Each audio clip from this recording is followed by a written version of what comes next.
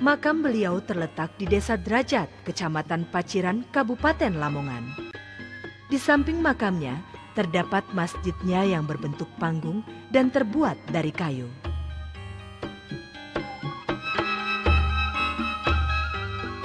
Nama kecil Sunan Derajat adalah Syarifuddin atau biasa dipanggil Raden Kosim. Beliau adalah juga putra Sunan Ampel dengan Dewi Chandrawati. Sebagaimana sang ayah, kemudian menjadi penganjur agama Islam yang terkenal.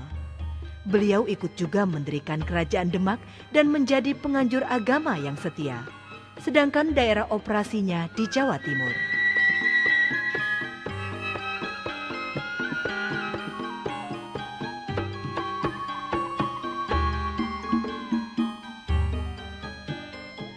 Beliau adalah adik kandung Sunan Bonang.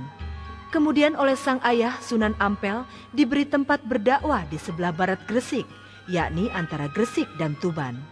Lalu mulailah mendirikan pesantren di Jelak. Kemudian setelah 3 tahun di sana, pindah ke Dalam Duwur, suatu tempat di atas bukit. Nah, di tempat inilah sekarang dibangun Museum Gamelan peninggalannya. Seperti halnya Sunan Bonang, beliau dikenal juga sebagai pengarang tembang. Tembang Pangkur itulah peninggalannya. Keluarga Sunan Ampel memang mencintai kesenian. Demikian pula Sunan Derajat. Beliau menguasai juga gamelan, tembang, dan wayang. Ikut juga mendirikan Masjid Demak. Dan sebagai anggota Wali Songo, beliau juga merupakan pendukung Kerajaan Demak Bintoro. Sunan Derajat terkenal juga sebagai seorang sosiawan.